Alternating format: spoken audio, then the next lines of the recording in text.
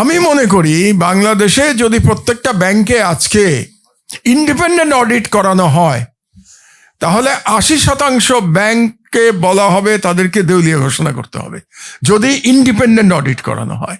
কারণ তাদের যে পরিমাণ ডিফল্টেড লোনের পার্সেন্টেজ আছে, সেটাকে যেভাবে তারা হাইড করে, সেটা আমিও জানি, আমি প্রাইভেট সেক্টরে ছিলাম, এবং আবু আহমেদ ভাইও জানেন যে এগুলো কিভাবে করা হয়। এখন যদি আজকে সবগুলো ব্যাংকের আমরা সত্যিকারের ফাইন্যান্সিয়াল হেলথ আমরা জেনে ফেলি এবং এগুলো আমরা প্রকাশ করে দেই, তাহলে আবার জনগণের কনফিডেন্স চলে যাবে, তখন ব্যাংকিং সেক্টর চালানোই মুশকিল হয়ে যাবে। এক এস আলম ইসলামী ব্যাংক থেকে 1 লক্ষ কোটি টাকা নিয়ে গেছে, তার মানে 1.5টা পদ্মা সেতু প্লাস রেল লাইন সহ 1.5টার টাকা এক ইসলামী ব্যাংক থেকে এস আলম নিয়ে গেছে। So that is the fallacy of উন্নয়ন। গভর্নমেন্ট পলিটিক্যালি বলতে পারে আমি 1 কোটি লোক 2 কোটি লোককে চাকরি দিবে, গভর্নমেন্ট কোনোদিন চাকরি দেয় না, চাকরি দেয় প্রাইভেট সেক্টর। গভর্নমেন্ট কত চাকরি দেবে? এবং গভর্নমেন্ট চাকরি দেওয়াটা কোনো ভালো নিউজ না, কিন্তু আমি এটাও আপনাদেরকে বলি, সরকার চাকরি দেবে এটা দেশের জন্য ভালো না, ইকোনমির জন্য ভালো না। আমি যতটুকু ইকোনমিক্স বুঝি, আমি ইকোনমিক্স নই, বাট আমি প্র্যাকটিশনার, বিকজ আমি IB এর স্টুডেন্ট, আপনারা জানেন। সো আমি প্র্যাকটিশনার, প্রাইভেট সেক্টরে ছিলাম। সুতরাং সরকারি চাকরি কোনো ভালো খবর না। কেননা সরকারি চাকরি মানে, একটু আগে যেটা ইঙ্গিত করছিলেন আবু আহমেদ ভাই, সেটা হলো আমাদের এক্সপেন্ডিচার বেড়ে যাওয়া। সরকারি চাকরি মানে বেতন দিতে হবে, সরকারি চাকরি মানে, আর এক্সপেন্ডিচার যদি বাড়ে, এক্সপেন্ডিচারের টাকা কোত্থেকে আসবে? আপনার আমার ট্যাক্সের পয়সা থেকে এক্সপেন্ডিচারের পয়সা আসবে। কাজে সরকারি চাকরিটা শুনতে ভালো লাগে ফর পলিটিক্যাল স্লোগান, কিন্তু আমি অ্যাজ এ প্র্যাকটিশনার ইকোনমিস্ট আমি ভয় পাই সরকারের চাকরি। চাকরি দেবে প্রাইভেট সেক্টর, চাকরি দেবে কৃষি খাত, চাকরি দেবে সেবা খাত, চাকরি দেবে ইন্ডাস্ট্রি। দুর্ভাগ্যের বিষয় হলো এক্সপোর্ট কমে যাচ্ছে, that's a bad sign. Export কমে যাওয়ার অনেক কারণ আছে, তার মধ্যে একটা বেসিক কারণ হলো যে আমরা গত 20-25 বছরে আমরা এক্সপোর্ট বাস্কেটটাকে ডাইভার্সিফাই করতে পারি নাই। তো এক্সপোর্ট বাস্কেট যদি আমি ডাইভার্সিফাই করতে না পারি, তাহলে আমার এক্সপোর্ট করতে হবে, কেমনে পারবে এক্সপোর্ট? শুধু গার্মেন্টস বিক্রি করে আর কতদিন আমি কম্পিট করতে পারবো? তারপরেও দুর্ভাগ্যজনকভাবে আমরা এখন ভিয়েতনামের কাছে হেরে যাচ্ছি RMGতে। এটা খুবই খারাপ কথা। আমরা ভিয়েতনামের উপরে ছিলাম, এই ফাইন্যান্সিয়াল ইয়ারে আমরা ভিয়েতনামের নিচে নেমে গেছি। এটা যারা এখানে গার্মেন্টসের যদি কেউ থাকেন, তিনি জানবেন যে আমি ঠিক কথা বলেছি। কারণ এর আগে এরকম ছিল ব্যাপারটা, চায়না 1 নম্বর, বাংলাদেশ 2 নম্বর, ভিয়েতনাম 3 নম্বর। আমরা এখন ভিয়েতনামের নিচে নেমে গেছি। It's a dangerous sign. তার মানে আপনার এক্সপোর্ট ইজ গোয়িং ডাউন। তো এক্সপোর্ট গোয়িং ডাউন, এক তো হচ্ছে আমার রেভিনিউ কমে যাচ্ছে, current deficit current account deficit একটা কথা আছে। তো কারেন্ট অ্যাকাউন্ট ডেফিসিট আমার বাড়বে যদি আমার এক্সপোর্ট কমে যায়, কারণ আমার ইনকাম কমে যাচ্ছে। শুধু রেমিটেন্স দিয়ে আমি কারেন্ট অ্যাকাউন্ট ডেফিসিট আমি সলভ করতে পারবো না, আমার এক্সপোর্ট লাগবে। তো এক্সপোর্ট কমে যাচ্ছে, তো এক তো হলো আমার কারেন্ট অ্যাকাউন্ট ডেফিসিট বাড়বে, 2 নম্বর হলো আমার এমপ্লয়মেন্ট কমে যাচ্ছে। কারণ এক্সপোর্ট কমে যাওয়া মানে আরও গার্মেন্টস ইন্ডাস্ট্রি বন্ধ হয়ে যাবে। যদি তারা এক্সপোর্ট করতে না পারে, তাহলে আমার আরও কমে যাবে। সুতরাং এই গভর্নমেন্টের যেটা প্রায়োরিটি হওয়া উচিত, সেটা হলো আমার এক্সপোর্ট বাড়তে হবে। তার জন্যে এখন যেগুলো RMG আছে সেটার কিভাবে বাড়ে এটা চিন্তা করতে হবে, এবং এক্সপোর্ট বাস্কেট ডাইভার্সিফাই করতে হবে। So that's a job, big job. এবং এটা যদি সরকার করতে পারে, এটা বেটার দেন লেটস সে 10,000 লোককে সরকার চাকরি দিয়ে দিল। তার থেকে এটা অনেক বেটার হবে জাতির জন্যে, যদি আমরা এক্সপোর্ট বাড়াতে পারি চাকরি দেওয়ার চেয়ে। আচ্ছা, এটা গেল এক্সপোর্টের ব্যাপারে। ট্যাক্স GDP রেশিও নিয়ে আমরা অনেক আলোচনা করেছি। আসলে আমাদের ট্যাক্স GDP রেশিও কিন্তু লজ্জাজনক, এত কম। এই ট্যাক্স GDP রেশিও দিয়ে কোনো রাষ্ট্রের চলা সম্ভব না। কাজে ট্যাক্স আমার বাড়াতে হবে, কোন পদ্ধতিতে বাড়াতে হবে? আবার বললাম যে আজকে আমরা যেহেতু সময় নাই, এই জন্যে আমরা সেক্টরাল ডিসকাশন করতে পারবো না। সেটা নিয়েও আলোচনা করতে পারতাম আমরা, যে ট্যাক্স কিভাবে বাড়ানো সম্ভব, কিন্তু আজকে সেটার সময় নাই। কিন্তু বাড়াতে হবে definitely. Tax GDP ratio minimum আপনার ডাবল ডিজিটে তো যেতে হবে। ঠিক আছে, আমি বেশি পারবো না। ওই কোরিয়ার মতো একজন বললেন 30%, ওটাও দরকার নাই। আমরা আগে 10%-এ আসি। 10%-এ আসলে পরেই আমার মনে হয় অনেক উন্নতি হয়ে যাবে। আচ্ছা, এরপরে আমরা আসি ট্যাক্স জিডিপির সাইজ নিয়ে, জিডিপির সাইজ 9 লাখ কোটি টাকা শুনলে আমার ভয় লাগে। ভয় লাগে এই জন্যে যে আসলে কি 9 লাখ কোটি টাকা খরচ করবার সক্ষমতা আছে আমাদের? এটা খরচ করতেও কিন্তু একটা সক্ষমতা লাগে। খরচ তো এমন না যে এটা উড়িয়ে দিলাম, টাকা পেয়েছি আমি উড়িয়ে দিলাম, এটা তো খরচ না। আপনাকে খরচ করতে হবে, মানে হচ্ছে লিকেজ যাতে না হয়। আমাদের মেইন প্রবলেমটা কি, যে আমাদের এডিপির টাকা লিকেজ হয়ে যায়। এডিপি বলতে অ্যানুয়াল ডেভেলপমেন্ট প্রোগ্রাম বা annual development plan, annual development budget যেটা, সেটার টাকা লিকেজ হয়ে যায়। আমরা যদি লিকেজটা আটকাতে পারি তাহলে পরেই দেখবো যে আমাদের ডেভেলপমেন্ট রেট অনেক বেড়ে গেছে। তো এখন যদি আমি আরো টাকা বাড়িয়ে দিই, আউটলে বাড়িয়ে দিলাম আমি, তো বাড়ালে কি লাভ হবে যদি লিকেজও বেড়ে যায়? বরং আমি সক্ষমতা ছাড়া যদি বাজেট বাড়াই তাহলে পরে করাপশনের চান্স আরো বাড়বে, করাপশনের সুযোগ আরো বাড়বে। কাজেই এগুলো সব পলিটিক্যাল গিমিক, যে আমার সময় আমি আরো বাজেট বাড়াতে পেরেছি। এটাকে শেখ হাসিনা তাই করতো, প্রত্যেক বছর বলতো আমরা 10% বাড়িয়ে ফেলেছি বাজেট, সুতরাং বাংলাদেশের উন্নয়ন হচ্ছে।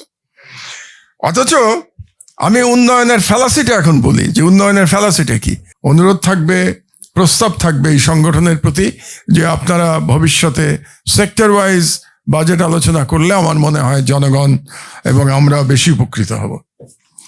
তো আমার আলোচনা প্রথমেই আমি স্ট্যাটিস্টিক্স দিয়ে শুরু করতে চাই। বাংলাদেশে যে স্ট্যাটিস্টিক্স আমরা দেখি, এটা কতটা রিলায়েবল? আমার প্রথম প্রশ্ন। আমি সরকারে ছিলাম এক সময়, আপনারা জানেন, বহু আগে।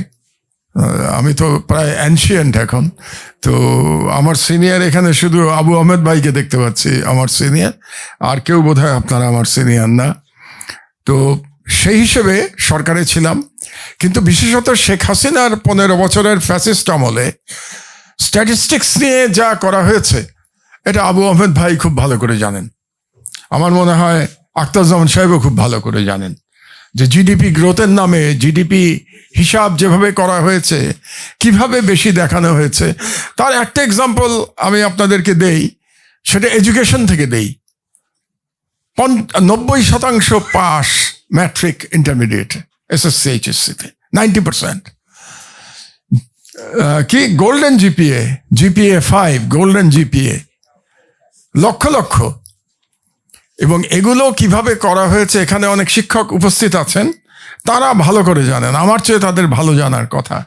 আমি জানি, আমাকে শিক্ষকরা বলেছেন যে তাদেরকে নির্দেশ দিয়ে দেওয়া হতো যে কোনো মানুষকে, কোনো ছাত্রছাত্রীকে ফেল করানো যাবে না। এবং তাদেরকে বলে দেওয়া হতো যে প্রত্যেক বছর 10 to 15% গোল্ডেন জিডিপি বেশি দেখাতে হবে। এটা নির্দেশ থাকতো আগে থেকেই। তো এটা করে আমাদের এডুকেশনের কি অবস্থা করা হয়েছে আপনারা ভালো করে জানেন এটা। তো স্ট্যাটিস্টিক্সের এক্সাম্পল দেওয়ার জন্য আমি এই পরীক্ষায় পাশের হার এবং এই গোল্ডেন জিপিএর প্রসঙ্গ তুললাম। কিন্তু আমার ব্যক্তিগত ধারণা, আমাদের প্রত্যেকটা সেক্টরে আসলে স্ট্যাটিস্টিক্সের এই অবস্থা। যেমন আবু আহমেদ ভাই ব্যাংকিং এর কথা বলছিলেন, আমরা আসলে প্রধানত জিডিপি নিয়ে বেশি কথা বলি, যে জিডিপি কত হলো, জিডিপি গ্রোথ কত হলো, এবং গ্রোথের ফিগার নিয়ে বিভিন্ন সরকার যারা থাকে তারা ক্রেডিট নিতে চায় যে আমাদের সময় এত জিডিপি গ্রোথ হয়েছে। কিন্তু আমি ব্যক্তিগতভাবে যেটা মনে করি, যে জিডিপি গ্রোথের চাইতে আমার কাছে ইম্পর্টেন্ট হচ্ছে ডিস্ট্রিবিউশন অফ ওয়েলথ। যে সম্পদ আমার কাছে আছে সেই সম্পদের ডিস্ট্রিবিউশনটা কি হচ্ছে। এখন জিডিপির কথা বলতে বলতে বাংলাদেশ স্বাধীন হওয়ার পরে 50 বছরের বেশি পার হয়ে গেছে, অর্ধ শতাব্দী আমাদের চলে গেছে। এই পিরিয়ডে আমরা যদি প্রকৃত অর্থে আমরা দেখি যে কার হাতে কত সম্পদ আছে, আমরা দেখতে পাবো যে সমাজের উচ্চ শ্রেণী যারা, maybe 10% of the highest income গ্রুপের কাছে 50%-এর বেশি ওয়েলথ তাদের হাতে পুঞ্জীভূত হয়েছে গত 50 বছরে। আর সমাজের নিম্নতম অংশে যদি আমরা আসি তাহলে হয়তো দেখব যে যারা ইনকাম লেভেলে লাস্ট 30%, তাদের হাতে দেখা যাবে হয়তো ন্যাশনাল ওয়েলথের 10%ও তাদের হাতে নাই। এটাই হচ্ছে রিয়ালিটি। তাহলে যদি আমরা ডিস্ট্রিবিউশন অফ ওয়েলথ ঠিক করতে না পারি, তাহলে দেশের জিডিপি যতই বাড়ুক কমন পিপলের কি বলবো, তাদের ভাগ্যের উন্নয়ন এটা সম্ভব হবে না, এটা ভাগ্যের উন্নয়ন হবে না। কাজে আমার কাছে আমার মেম্বার অফ দ্য পার্লামেন্ট এখানে দুজন আছেন, young member of the parliament, তাদের কাছেও আমার এটাই বলার থাকবে যে তারা যখন পার্লামেন্টে কথা বলেন, আপনাদের ডিস্ট্রিবিউশন অফ ওয়েলথ নিয়ে বেশি কথা বলা উচিত, যে যাতে দরিদ্র মানুষের ভাগ্যের উন্নয়ন হয়। আদারওয়াইজ ওই যেটা হবে যে ধনী ব্যক্তি যারা, তারা আরো ধনী হতে থাকবেন, মনে হবে অ্যাপারেন্টলি মনে হবে দেশের উন্নতি হয়েছে, জিডিপি গ্রোথ হয়ে গেছে 6%, 7%, কিন্তু তাতে করে সমাজের বৃহত্তর অংশের অর্থনৈতিক অবস্থার উন্নয়ন হবে না। তো এটা গুরুত্বপূর্ণ বলে আমি মনে করি। 3 নম্বরে আমরা একটু আসি যে জিডিপি গ্রোথ নিয়েও যদি কথা বলি, তো জিডিপি গ্রোথ কোত্থেকে আসবে? বেসিক্যালি 3টা সেক্টর নিয়েই তো আমরা কথা বলি। একটা হচ্ছে কৃষি, আর একটা হচ্ছে ইন্ডাস্ট্রিয়াল সেক্টর, আর একটা হচ্ছে সার্ভিস সেক্টর। এই 3টা সেক্টরের যোগফল করেই তো আমরা জিডিপি ক্যালকুলেশন করি। তো এখন আমাদের একজন এর আগে বলছিলেন যে পেঁয়াজের দাম পাচ্ছেন না। তো কৃষি সেক্টরে যদি এরকম অবস্থা হয় যে কৃষক এত পরিশ্রম করে তার পেঁয়াজের দাম পাচ্ছেন না, আর একজন আমাকে বলছিলেন সেদিন যে তিনি ধানের দাম পাচ্ছেন না, তা তিনি ধান প্রোডাকশন করতে তার যে কস্ট হয়েছে, এখন মার্কেট প্রাইস তার থেকে about 20%, 30% কম, তাহলে একজন কৃষক কিভাবে সার্ভাইভ করবে? সুতরাং যখনই আমরা বাজেট প্রণয়ন করব, তখন এই কৃষি সেক্টরে যাতে তাদের অন্তত কস্ট অফ প্রোডাকশনটা তারা পেয়ে যায় কৃষকরা, সেটা এনশিওর করতে হবে। এই এনশিওর করবার জন্য বাজেটে কি প্রভিশন লাগবে, এই প্রভিশন আমাদেরকে করতে হবে। এখন কেউ হয়তো বলবেন যে তারা প্রফিটও তো করে, তো প্রফিট যেটা করবে সেটার লাভ তো আমরা নিতেই পারি ফ্রম দ্য ট্যাক্সেশন। ট্যাক্সেশন নিয়ে আমরা অনেক কথা বলেছি। প্রফিটেরটা সরকার যদি চায়, তাহলে ট্রান্সপারেন্ট পদ্ধতির মাধ্যমে প্রফিটের পার্সেন্টেজ নেওয়ার সুযোগ আছে সরকারের, থ্রু ট্যাক্সেশন, প্রপার ট্যাক্সেশন। কিন্তু যাতে এই প্রান্তিক চাষিরা একেবারে দেউলিয়া না হয়ে যায়, তো তাদেরকে সার্ভাইভ করতে হবে। তো তাহলে একটা গেল কৃষি।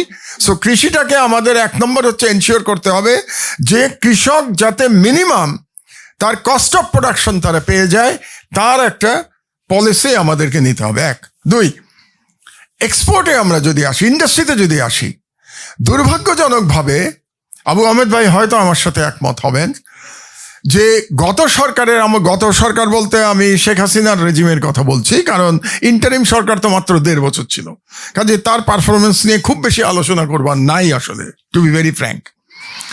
কিন্তু শেখ হাসিনার সরকারে আমরা অনেক উন্নয়নের গল্প বলেছি। এই যে একজন আমাদের মেম্বার অফ দ্য পার্লামেন্ট, তিনি উন্নয়নের প্রসঙ্গ তুলেছেন, এটার আমার জবাবটা আমি দিব আপনাকে, যে এই উন্নয়নের গল্পটা কত হলো এর আমি প্রমাণ আপনাকে স্ট্যাটিস্টিক্স থেকেই আমি দিয়ে দেবো, যে ইটস অল বুলশিট, এটা সব হলো। তো এই সরকারের সময় আসলে আমরা এমপ্লয়মেন্টের জন্য যে ইনভেস্টমেন্টের কথা বলে আসছি সারা জীবন, আমি এক সময় বিওএ চেয়ারম্যান ছিলাম, আপনারা জানেন, আজ থেকে 20 বছর আগে। তো আমরা যেটা বলতাম যে কোয়ালিটি ইনভেস্টমেন্ট বাংলাদেশের জন্য কোনটাকে বলতাম আমরা, যেখানে এমপ্লয়মেন্ট জেনারেশন হবে। যে আমরা এভাবে হিসাব করতাম যে পার ডলার ইনভেস্টমেন্ট করে যেখানে ম্যাক্সিমাম এমপ্লয়মেন্ট জেনারেশন হবে, বাংলাদেশের মতো যেখানে জনসংখ্যা এত বেশি, তার জন্য ওই ইনভেস্টমেন্ট হচ্ছে কোয়ালিটি ইনভেস্টমেন্ট। তো শেখ হাসিনার আমল যদি আমরা 15 বছর চিন্তা করি অ্যান্ড অ্যানালাইজ করি, তাহলে আমরা দেখব যে সেখানে দুর্নীতি করবার জন্যে মেগা প্রজেক্ট হয়েছে, কিন্তু কোয়ালিটি ইনভেস্টমেন্ট হয় নাই।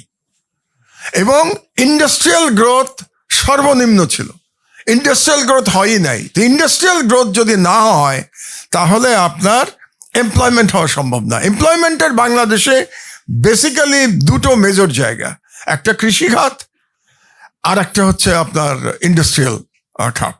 তো ইন্ডাস্ট্রি যদি না টিকে, আপনি এমপ্লয়মেন্ট করতে পারবেন না। আমি যদি ধরে নেই শেখ হাসিনার পদ্মা ব্রিজ উন্নয়নের একটা সিম্বল, আমি ধরে নিলাম, পদ্মা ব্রিজের খরচ কত হয়েছে বলেন? পদ্মা ব্রিজের খরচ হয়েছে লেটসে, প্রথম কথা হচ্ছে রেল লাইন করার দরকারই ছিল না। আমি মনে করি রেল লাইনটা সম্পূর্ণভাবে অপচয় করা হয়েছে, অ্যান্ড প্রবাবলি ভারতকে খুশি করার জন্য করা হয়েছে রেল লাইন, যাতে করে ভারত তো তখন জানতো না যে শেখ হাসিনার এইভাবে পতন হয়ে যাবে, কাজেই তারা এটা ট্রানজিটের জন্য করেছিল বলেই আমার ধারণা। এটার কোনো প্রয়োজন ছিল না রেল লাইন এখন করার। তো রেল লাইন সহ যদি আমি খরচ ধরি তাহলে আমার মনে হয় ইটস অ্যারাউন্ড 45,000 crore, আমি যদি খুব ভুল না বলে থাকি। হ্যাঁ হ্যাঁ, 32,000, তো ধরেন 60,000 কোটি টাকা, লেটস সে 60,000 crore আপনার খরচ হয়েছে ইনক্লুডিং করাপশন। এই 60,000 কোটির মধ্যে তো corruption is a big amount, এটা আমরা অ্যামাউন্ট জানি না, কিন্তু করাপশন ইজ বিগ অ্যামাউন্ট। কিন্তু আমি এটা ফেলাসি এই জন্য বললাম, আর এটা দেখানো হয়েছে যাতে আমাদের চোখ ধাঁধিয়ে যায়, চোখ ধাঁধানো থাকলো। আরেকটা এক্সাম্পল দিই, আপনাদের একদম পাশে সোকল্ড বিআরটি প্রজেক্ট, এই যে একটা so-called flyover or what ever elevated expressway করা হয়েছে আপনার উত্তরা থেকে গাজীপুর পর্যন্ত, এই পুরো টাকাটা করে এলাকাকে ধ্বংস করে দেওয়া হয়েছে। এবং এখানে সব মিলে বোধহয় 4,000 কোটি টাকা এখানে ইনভেস্টমেন্ট। ওটা এখন পর্যন্ত এটা মানে শুরু করা যায় নাই, এটা কোনোদিন শুরু করা যাবে না, because the design is wrong. আমার যদি ক্ষমতা থাকতো তাহলে এই প্রজেক্টের যে ইঞ্জিনিয়ার, আমি নিজে একজন ইঞ্জিনিয়ার, বুয়েটের ছাত্র, আমি বলছি এই প্রজেক্টের যারা ডিজাইনার ছিল, যে ইঞ্জিনিয়াররা, তাদেরকে আমি এখন জেলে নেয়ার জন্য আমি বলতাম সরকারকে। কারণ তারা যে রাষ্ট্রের কত বড় ক্ষতি করেছে, আপনারা কতজন গেছেন এই রাস্তা দিয়ে আমি জানি না, আপনারা যদি যান তাহলে বুঝবেন যে গাজীপুরের বাসিন্দাদের জীবন একেবারে শেষ হয়ে গেছে এই রাস্তার কারণে। এর থেকে আগে এটা ছাড়া আগে অনেক ভালো ছিল। ওই রাস্তা আমি চিনি, এই জন্য চিনি, 5 বছর জেলে ছিলাম। তো জেলে আমি কাশিমপুর জেলে ছিলাম, তো কাশিমপুর জেল থেকে আমাকে রেগুলার ঢাকায় নিয়ে আসতো প্রিজন ভ্যানে করে। তো আমি রেগুলার ওই রাস্তা দিয়ে আসতাম, তখন এটা ছিল না, আগের রাস্তা দিয়ে আমি আসতাম, রাস্তায় কোনো প্রবলেম ছিল না, এটা করার কোনো প্রয়োজন ছিল না। এই রাস্তাটা করে এলাকার লোকজনের বসবাস করা এখন অসম্ভব হয়ে গেছে। এটা ম্যাক্সিমাম দরকার ছিল যেটা, সেটা হচ্ছে জয়দেবপুর চৌরাস্তায় একটা ফ্লাইওভার দরকার ছিল, তাহলেই আপনার এই জ্যাম যেটা, এটা প্রবলেম সলভ হয়ে যেত। এটা না করে এখন যেটা করা হয়েছে, আপনি জানেন এটা করা হয়েছে এক ধরনের পাবলিক ট্রান্সপোর্ট সিস্টেমের জন্যে, বাসে করে যাবে আর কি উপরে, কিন্তু স্টেশনগুলো করা হয়েছে মানে বাস স্টেশনগুলো উল্টো দিকে, মানে দরজা যেদিকে খুলবে তার উল্টো দিকে বাস স্টেশন করা হয়েছে। তো আপনি নামবেন কি করে? তো ডিজাইনার যে ওটাও চিন্তা করে নেয় যে বাস কোন দিকে খোলে। এবং যে পরিমাণ বাস স্টেশন, এবং বাস স্টেশনের সাইজ যদি দেখেন, এগুলি বড় বড় রেলওয়ে স্টেশনেও এত বড় স্টেশন থাকে না, বাসের জন্য এত বড় জায়গা লাগে নাকি বাস স্টেশনের জন্য। এবং এক একটা বাস স্টেশনের খরচ দেখলে আপনি চিন্তা করবেন যে 4,000 কোটি টাকা। তো এইভাবে টাকা অপচয় করা হয়েছে। চিটাগাঙে ওই যে কর্ণফুলী দিয়ে টানেল যে তৈরি করা হয়েছে, কোনো গাড়ি যায় না ওখান দিয়ে, কোনো গাড়ি যায় না, খালি থাকে। ওই ইনভেস্টমেন্ট ইজ টোটাল লস। তো এগুলো হলো দ্য ফ্যালাসি অফ উন্নয়ন। তো উন্নয়নের নামে এই সব জিনিসপত্র করা হয়েছে। তো সুতরাং আমরা আশা করতে চাই যে প্রেজেন্ট গভর্নমেন্ট এই উন্নয়নের ফাঁদের মধ্যে পড়বে না, এই ট্র্যাপের মধ্যে, উন্নয়নের ট্র্যাপে পড়ার কোনো দরকার নাই, উন্নয়নের ট্র্যাপে পড়বে না, এই উন্নয়নের ট্র্যাপে পড়ার কোনো প্রয়োজন নাই। যে কোনো ইনভেস্টমেন্টের আগে অবশ্যই তার রেট অফ রিটার্ন এবং রিটার্ন আদৌ হবে কি না এটা আমাদের চিন্তা করতে হবে। আমি আর খুব বেশি আগাবো না আমার বক্তব্য। Inflation is a big problem.